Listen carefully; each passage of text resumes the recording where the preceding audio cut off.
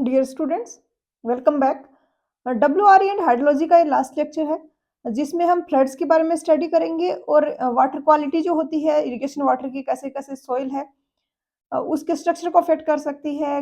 Saline soils क्या होती हैं, अल्कलाइन सॉइल्स क्या होती हैं, रिक्लेमेशन कैसे करते हैं सॉइल्स का, ये सारा डिस्कस करेंगे। तो स्टार्ट करते हैं। सबसे पहले तो फ्लड्स। तो सबसे पहले तो यहाँ पर आपको पता होना चाहिए फ्लड क्या है। रिवर में बहुत ज़्यादा डिस्चार्ज है, हाई स्टेज पे रिवर फ्लो हो रही है, ओवरफ्लो हो रही है बैंक से, तो हम उसको फ्लड बोलेंगे। स्टेज से अगर आपको नहीं पता है तो जो डेप्थ ऑफ फ्लो है बेसिकली उसी को स्टेज बोला जाता है। तो यानी कि डेप्थ ऑफ फ्लो है वो काफ़ी हाई है। इसके बाद यहाँ पर क्वेश्चन बनते हैं इन दोनों टर्म्स पे काफ़ी फ्रीक्वेंटली। कोई भी स्ट्रक्चर आपको डिजाइन करना है, कोई फ्लड कंट्रोल मेजर्स लेने हैं या फिर कोई स्ट्रक्चर डिजाइन करना है, तो उसके लिए डिजाइन फ्लड क्या कंसिडर किया जाए। तो यहाँ पर अलग-अलग डेफिनेशन ये दी गई हैं। एक तो है मैक्सिमम प्रोबेबल फ्लड, ये मैक्स टू मैक्स है, इसमें हम सारे कॉम्बिनेशंस वो ले लेते हैं रेयरेस्ट जो कि एक्सट्रीम फ्लड को जनरेट करेंगे। तो मैक्सिमम फ्लड जो एक्सपेक्टेड होगा most severe combination of meteorological factors, hydrological conditions जो कि रीजनेबली पॉसिबल है उस रीजन में। स्टैंडर्ड प्रोजेक्ट फ्लड इससे कुछ कम होगा। इसमें क्या होगा कि एक्सक्लूड कर दें मैं एक्सट्रीम रेयर कॉम्बिनेशंस को। इसके बाद आएगा डिजाइन फ्लड। इसमें क्वेश्चन कैसे बनते हैं स्टैंडर्ड प्रोजेक्ट फ्लड पे, ये डेफिनेशन आपको दे देगा और पूछेगा ये कौन सा फ्लड है।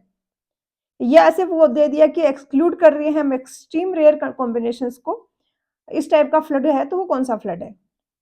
डिजाइन फ्लड क्या है, कोई भी स्ट्रक्चर आप डिजाइन कर रहे हो, कोई फ्लड कंट्रोल मेजर्स ले रहे हो, तो वहां पर जो फ्लड आप डिजाइन फ्लड कंसिडर कर रहे हो अपने डिजाइन में, वो यहाँ पर होता है डिजाइन फ्लड। इसके बाद आता है method of estimation of maximum flood. तो क्या क्या मेथड हो सकते हैं एस्टिमेट करने को फ्लड के। सबसे पहले पास्ट फ्लड मार्क्स।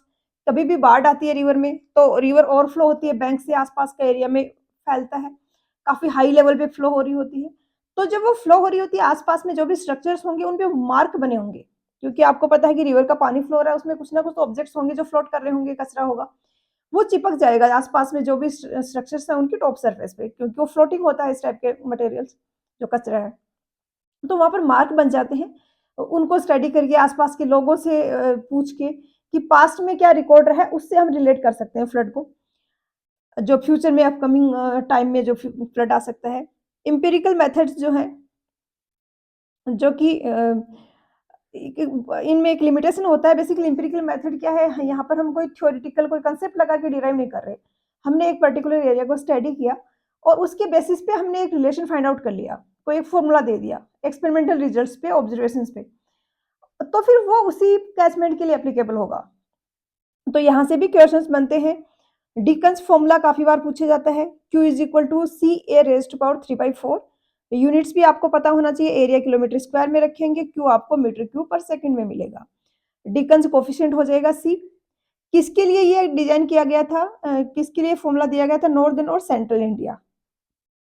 उसके बाद आता है राइव्स फॉर्मूला, इसी के जैसा है, 3/4 की जगह 2/3 आएगा। यहाँ पर काफी बार आपको कंफ्यूजन होगा, मैं अपने उस एक्सपीरियंस से बता रही हूँ कि 2/3 कौन सा वाला है, 3/4 कौन सा वाला है। मुझे पर्सनली बहुत कंफ्यूजन होता था इसमें, तो मैंने क्या हिंट बनाया इसको याद रखने का कि अल्फाबेटिकल में डी आ रहा है 4 नंबर पे, तो 4 जिसमें आ रहा है वो डिकन्स होगा। तो इससे आपको कंफ्यूजन नहीं होगा, याद रखने में हेल्प मिलेगी। उसके बाद क्यू डिस्चार्ज होगा, एरिया किलोमीटर स्क्वायर में होगा। उसके बाद है इंग्लिश फॉर्मूला, राइव्स वाला तमिलनाडु रीजन के लिए था, इन पर क्वेश्चंस पूछे जाते हैं काफी फ्रिक्वेंटली। इंग्लिश फॉर्मूला था महाराष्ट्र के कैचमेंट्स के लिए, फॉर्मूला है 124 A divided by A plus 10.4 का square root, area of catchment हो गया। इसके बाद आता है मेयर्स फॉर्मूला, ये भी इंपेरिकल फॉर्मूला है, यूएसए के लिए इसको डिजाइन किया गया था।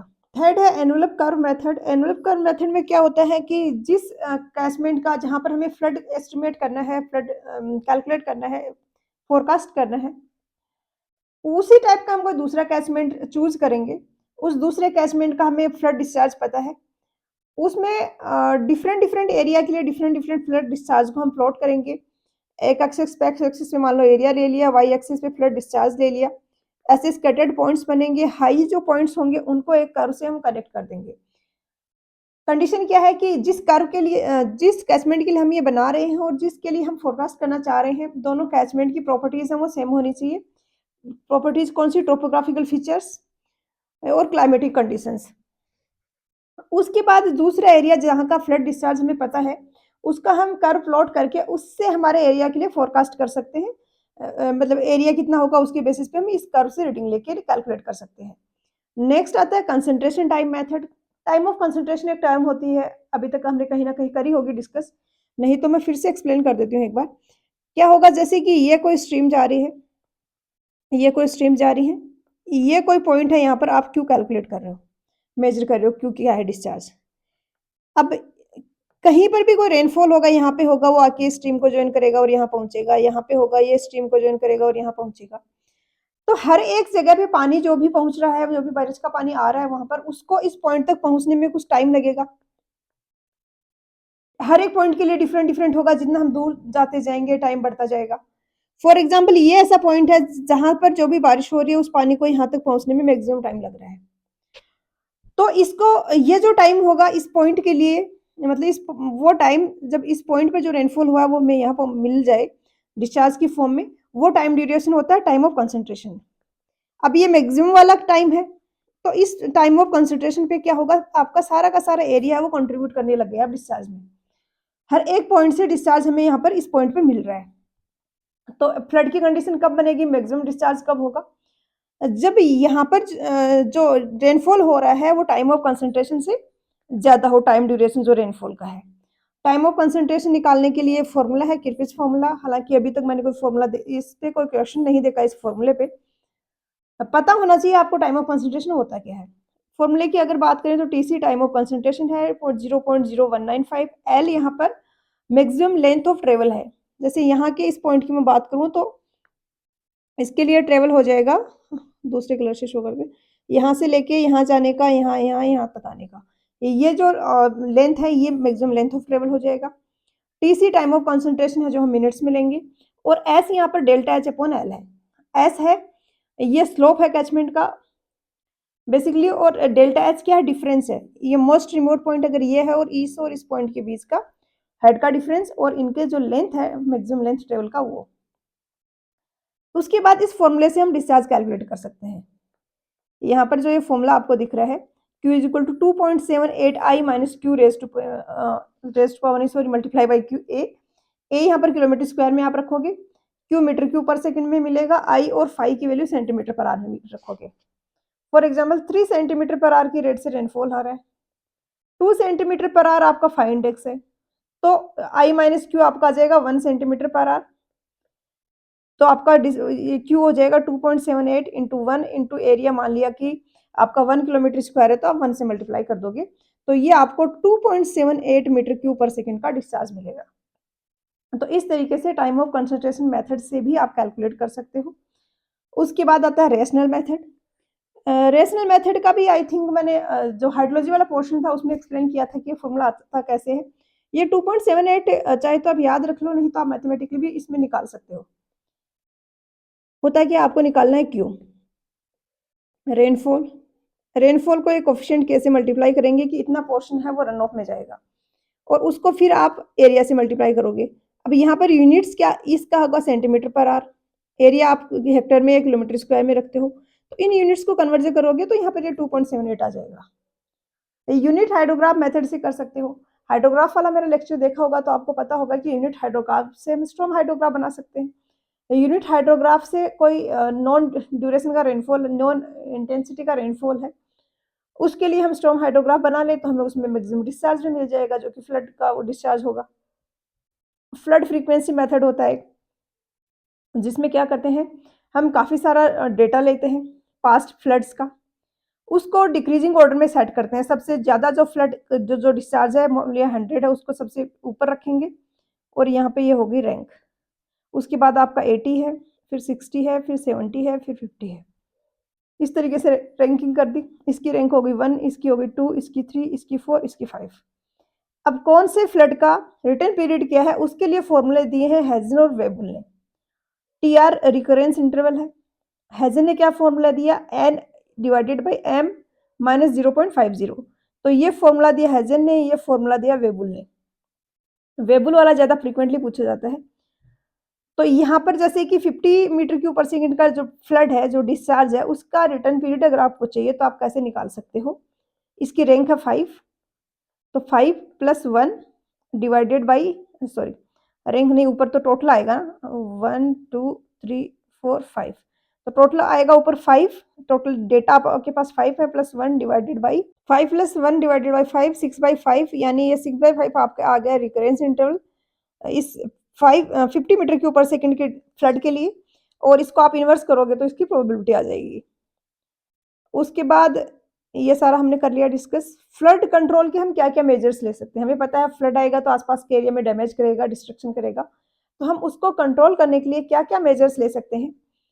एक तो हम रिजर्वोयर्स बनाते हैं। फ्लड कंट्रोल रिजर्वोयर्स बनाते हैं कि फ्लडिंग की सिचुएशन में जो एक्स्ट्रा वाटर आ रहा है, वो उधर स्टोर हो जाए।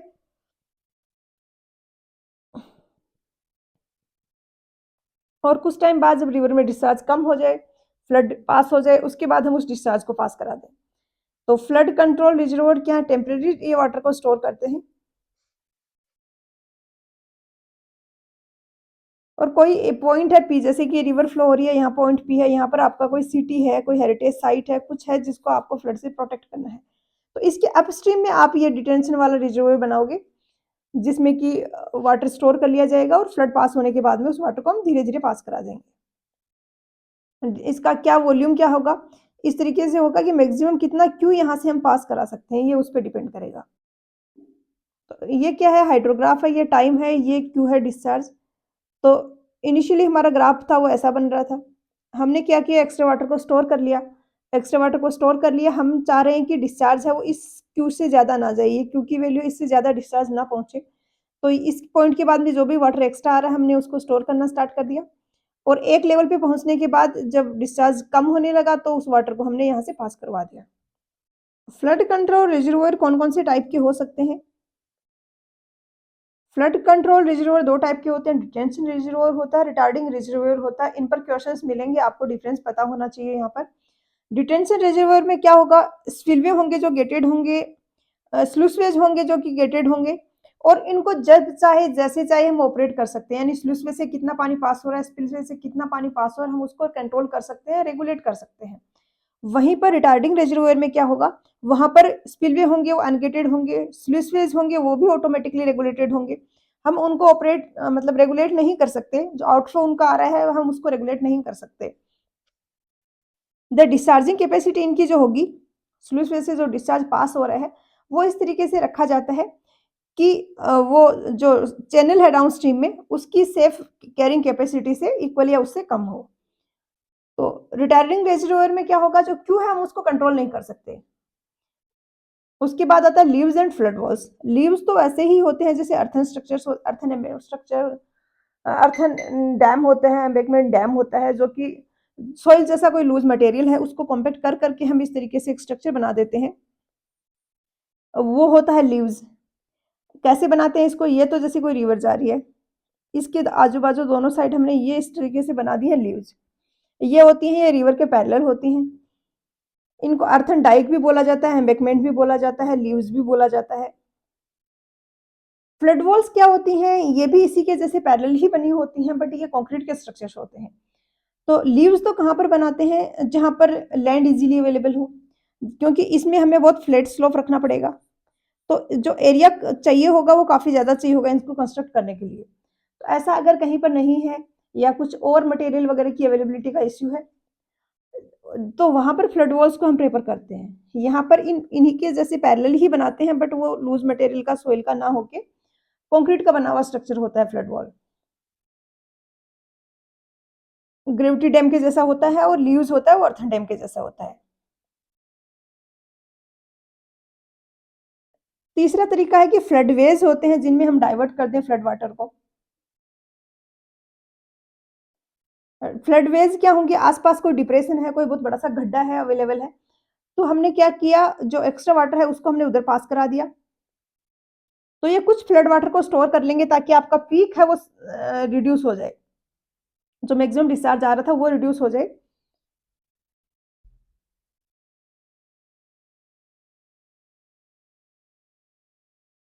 अभी जैसे कि ये आपका रिवर का अलाइनमेंट है और यहाँ पर कोई डिप्रेशन आपके पास है जिसको कि आप फ्लडवेज के जैसे यूज़ करना चाहते हो, तो यहाँ पर एक मैन मेड आप आर्टिफिशियल चैनल बना सकते हो या हो सकता है कि ऑटोमेटिकली कोई नेचुरली कोई चैनल बना हुआ हो, तो उसको आप उसमें यूज़ कर सकते हो।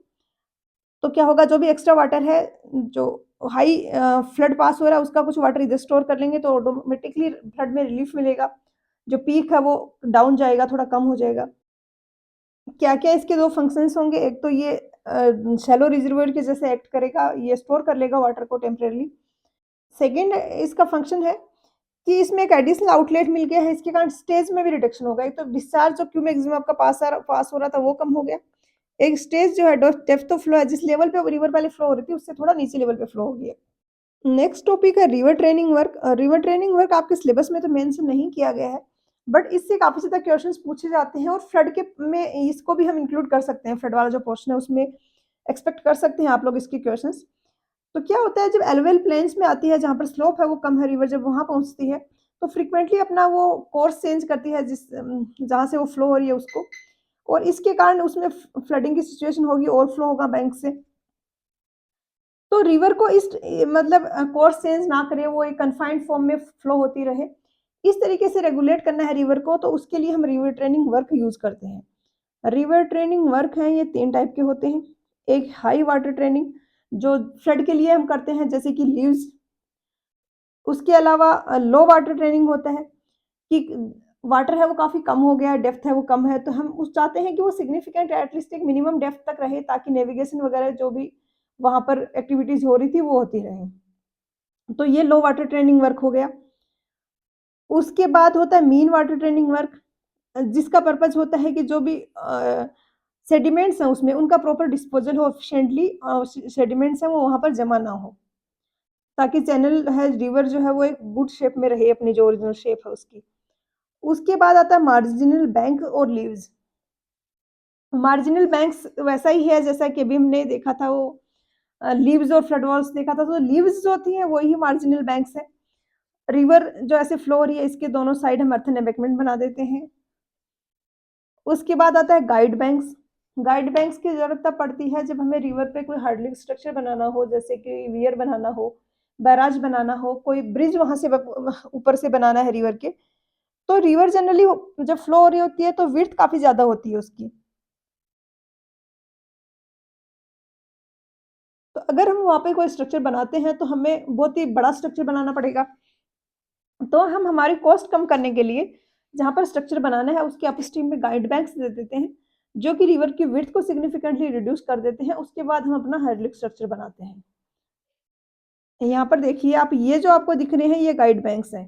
तो ये वाटरवे था, इनिशियली विड्थ काफ़ी हाई थी तो हमने ये ऐसे गाइड बैंक्स दे दिए, जिन्होंने विड्थ को रिड्यूस करके इतना कर दिया। तो अब हमें स्ट्रक्चर छोटा बनाना पड़ेगा और इकोनॉमिकल रहेगा वो स्ट्रक्चर। तो ये गाइड बैंक्स हो गए। उसके बाद ग्रोइंस से काफ़ी ज़्यादा क्वेश्चंस बनते हैं। ये अर्थन एम्बैंकमेंट ही होते हैं, बट ये ट्रांसवर्स होते हैं रिवर के। जैसे कि ये रिवर फ्लो हो रही है, आपके एम्बैंकमेंट जो बन रहे थे वो ऐसे और ऐसे बन रहे थे।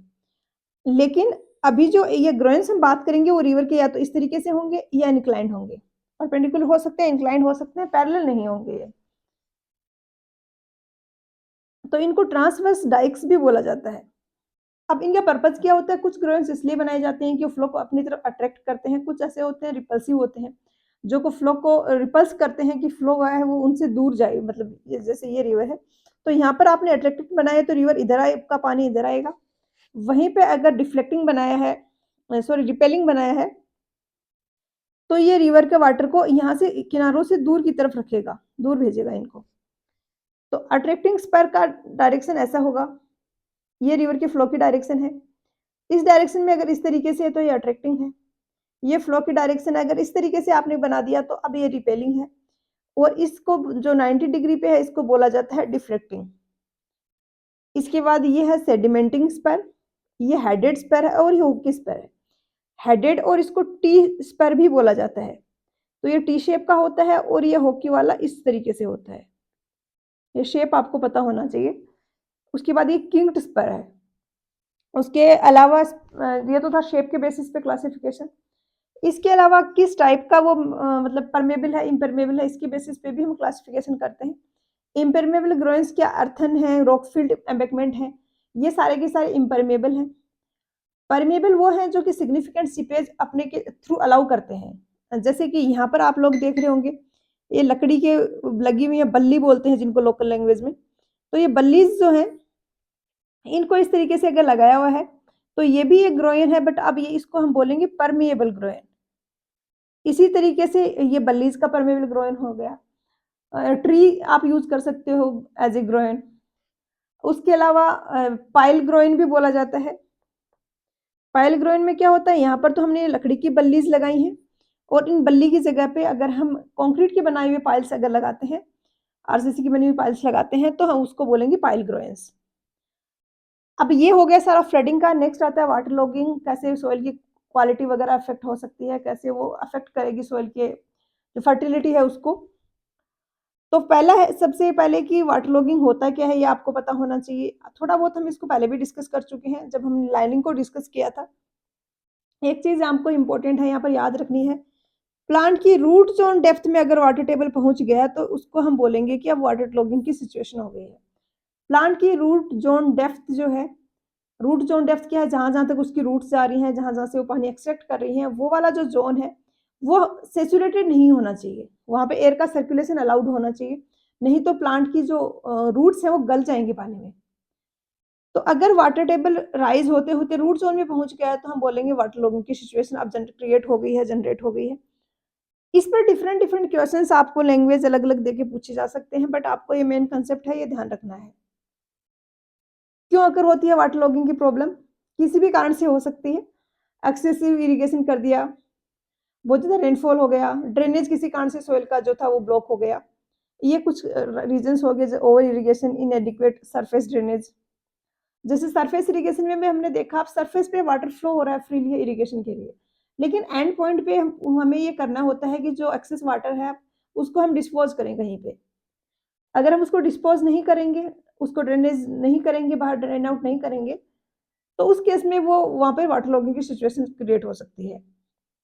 रिजर्वोयर अगर कंस्ट्रक्ट हो रहा है आस-पास कहीं, तो काफ़ी सारा एरिया में वाटर लॉगिंग हो जाएगी। जैसे कि ये यहाँ तक आप वाटर स्टोर कर रहे हो, इस हाइट तक आप वाटर स्टोर कर रहे हो, ये आपने कोई डैम बनाया है और ये इसका ये इसका वाटर लेवल है। तो अब इस वाटर लेवल के कारण आस-पास का काफ़ी एरिया होगा जो कि सबमर्ज्ड हो जाएगा, तो उसमें वो वाटर लॉगिंग होगी। उसके अलावा डिफेक्टिव मेथड हैं कल्टीवेशन के। काफ़ी बार फार्मर्स को लगता है कि जितना ज़्यादा पानी डालेंगे उतनी अच्छी फसल होगी। ये भी एक वाटर लॉगिंग का रीज़न होता है। क्या-क्या इल इफेक्ट्स होते हैं? ग्रोथ ऑफ प्लांट अफेक्ट होता है, कल्टीवेशन में डिफिकल्टी होती है, कोई कीचड़ पड़ा हुआ है पूरा, उसमें फिर कल्टीवेशन कैसे करोगे, प्लगिंग कैसे करोगे? सॉइल सैलिनिटी में इंक्रीज़ होगा, क्योंकि एक्सेस वाटर है, उसमें से वाटर तो इवैपोरेट होता रहेगा और जो भी सॉल्ट था, वो सॉइल की अपर लेयर में एक्युमुलेट होता रहेगा। वीड्स वगैरह हैं, जो खरपतवार है, उसकी ग्रोथ होगी। प्लांट डिजीज़ वगैरह लगने के ज़्यादा चांसेज़ हैं अगर पानी में ज़्यादा रहती है कोई प्लांट तो।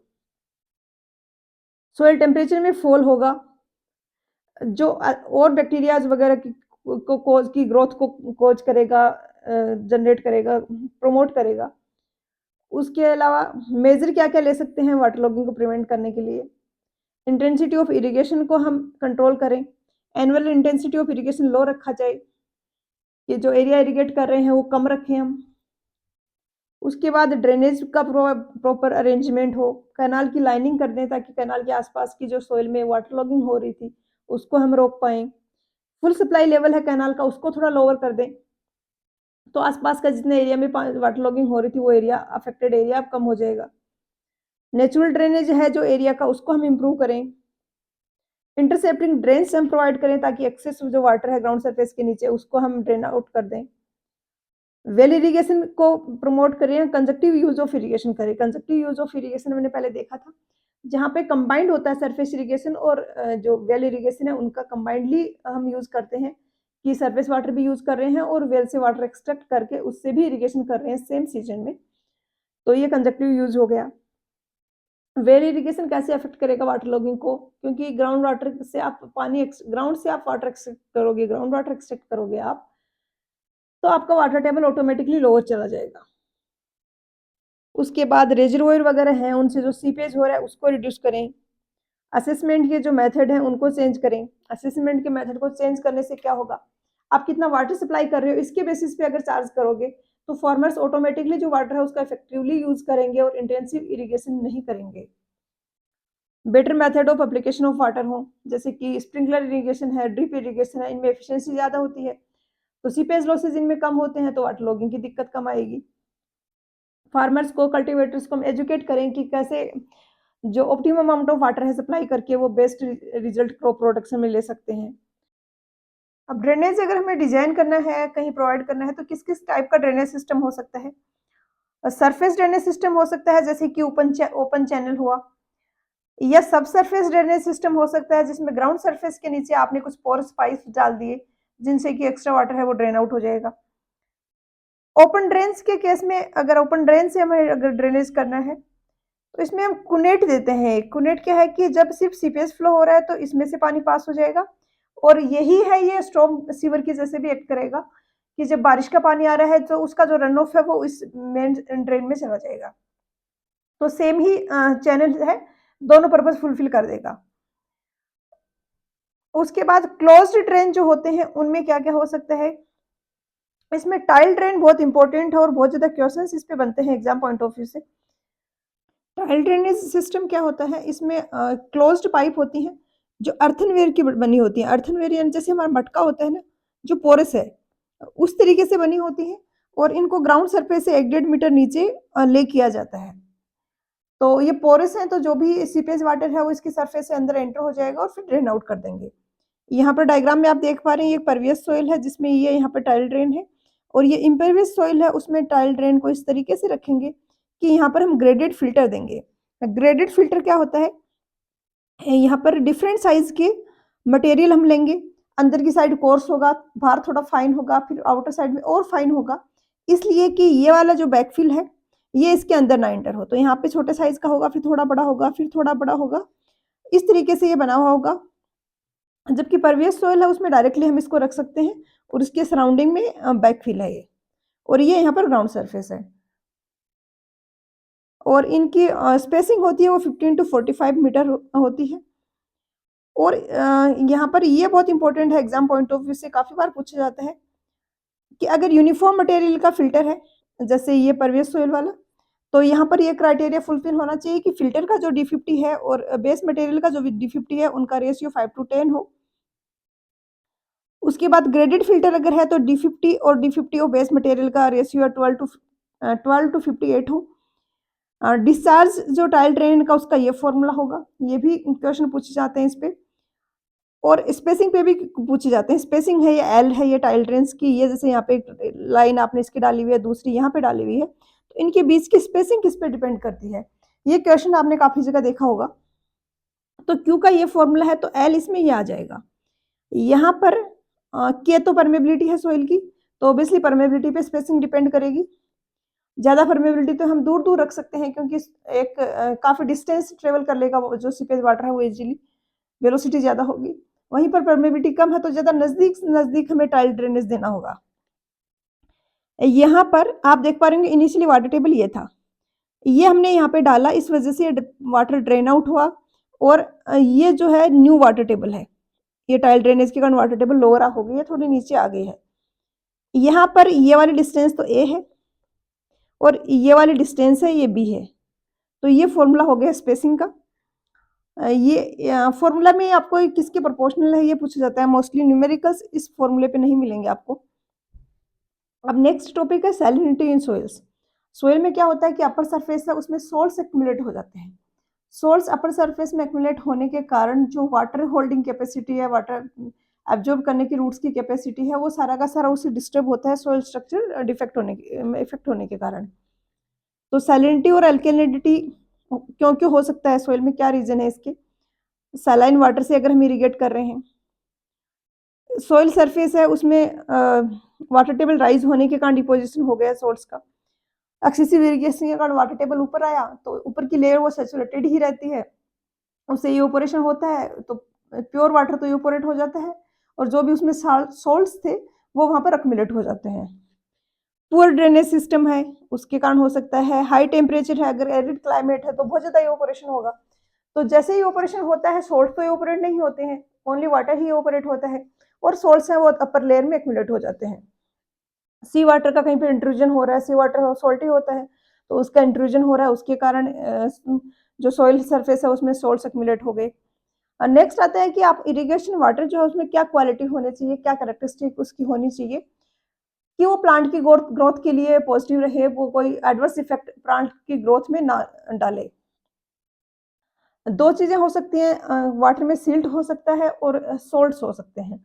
सीड्स तो क्या होगा, मोस्टली ये न्यूट्रिएंट्स कैरी करते हैं, तो मोस्टली ये यूज़फुल ही होते हैं प्लांट्स के लिए, स्पेशली अगर लैंड ऐसी है जो फर्टाइल नहीं है, तो सिल्ट है वो बेनिफिशियल रहेगा प्लांट्स के लिए।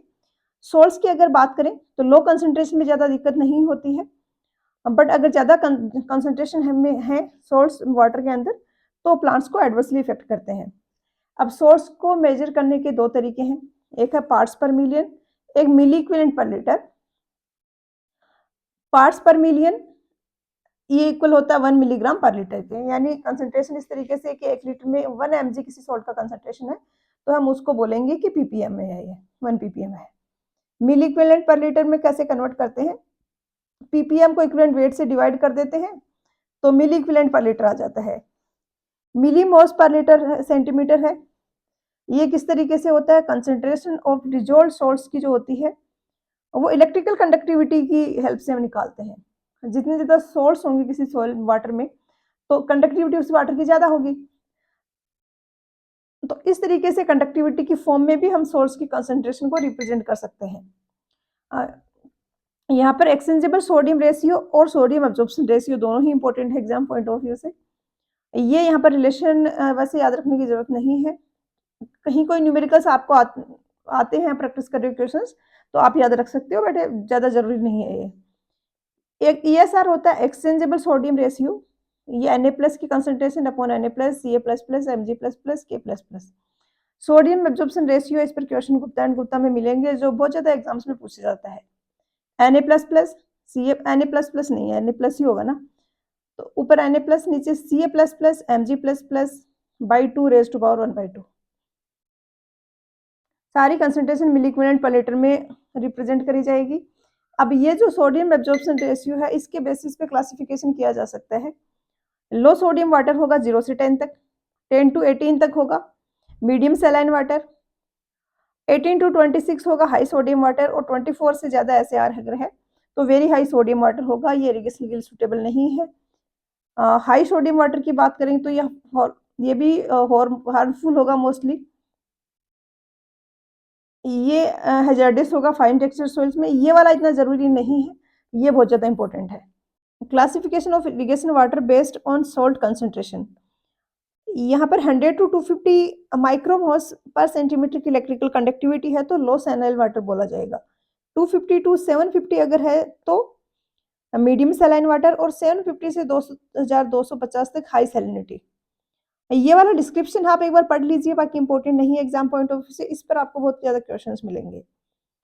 सैलाइन एंड एल्कली सॉइल्स की अगर हम बात करें तो सबसे पहले तो टेबल है ये कि क्लासिफाई कैसे करेंगे हम, इलेक्ट्रिकल कंडक्टिविटी और ईएसपी, इन दोनों पीएच, इन तीनों की हेल्प से हम डिसाइड करते हैं कि सैलाइन सॉइल है, एल्कलाइन है या सैलाइन एल्कलाइन है। तो 4000 से ज़्यादा है, एक्सचेंजेबल सोडियम परसेंटेज 15 से कम है, पीएच 8.5 से कम है तो सैलाइन और वाइट एल्कली सॉइल है।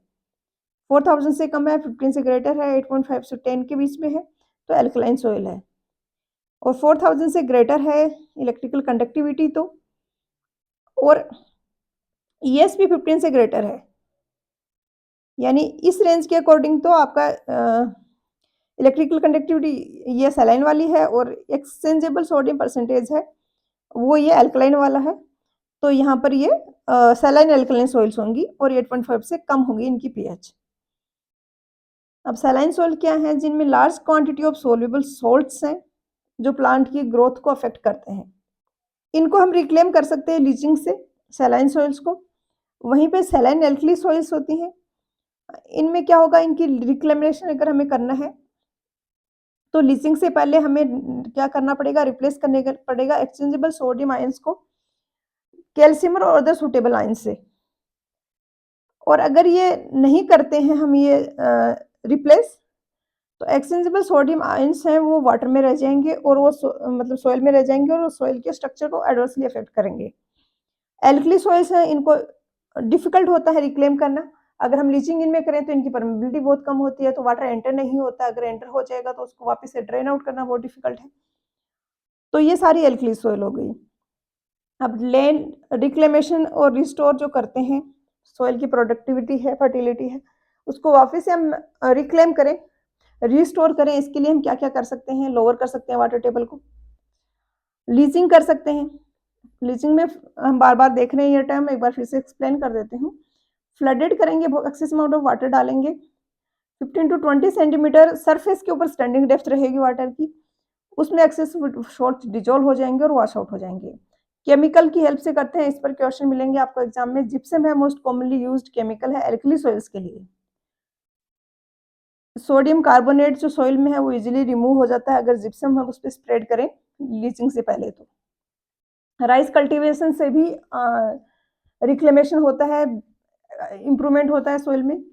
क्रॉप रोटेशन है ये इसका एक सही तरीका है। इसमें क्या होता है कि अलग-अलग क्रॉप्स को बोते हैं। राइस इन रोटेशन क्या होगा, राइस, फिर व्हीट बोया आपने, फिर मूँग बोया, फिर राइस बो दिया। मेज़ इन रोटेशन व्हीट, फिर मेज़, फिर बरसीम कोई क्रॉप है, फिर कॉटन, फिर व्हीट। ग्रीन मैन्योरिंग एक ऐसी क्रॉप है जो कि रिक्लेमेशन में हेल्प करती है, सॉइल की प्रोडक्टिविटी को इम्प्रूव करती है, वो यहाँ पर बोई जा सकती है। आरजेमोना प्लांट्स होते हैं जो कि ग्रो किए जाते हैं वेस्टलैंड पे, हाईली एसिडिक होते हैं और ये इफेक्टिवली ट्रीट कर सकते हैं एल्कलिनिटी ऑफ सॉइल्स को। प्रोसेस्ड कोल है, ये भी यूज़ किया जाता है एल्कलिनिटी रिमूव करने के लिए, रिड्यूस करने के लिए। इलेक्ट्रोडायलिसिस कर सकते हैं हम सॉइल में उसके परमेबिलिटी इंक्रीज़ करने के लिए। तो ये सारे प्रोसीजर्स मेथड्स हो गए सॉइल को रिक्लेम करने के लिए। तो यहाँ पर ये डब्ल्यूआरएन हाइड्रोलॉजिकल लेक्चर खत्म होता है, सब्जेक्ट खत्म होता है आपका। नेक्स्ट में हम इसके क्वेश्चंस करेंगे, उसके नेक्स्ट में सारे पीवाईक्यूज करेंगे और उसके बाद हम सोम स्टार्ट कर देंगे। सोम के मैंने पहले थ्योरी करवाई हुई है, काफ़ी सारे सब्जेक्ट्स पहले से मतलब टॉपिक्स इसके कवर हुए हुए हैं, तो थ्योरी मैं रिपीट नहीं करूँगी। जो एमसीक्यूज आपके एग्जाम पॉइंट ऑफ व्यू से इंपॉर्टेंट है, हम सीधा वो टारगेट करेंगे। जो थ्योरी के टॉपिक्स बचे हैं, वो ज़रूर मैं कवर करवा दूँगी इसके साथ में। तो मिलते हैं नेक्स्ट लेक्चर में नए टॉपिक के साथ। पढ़ाई करते रहिए, ऑल द वेरी बेस्ट।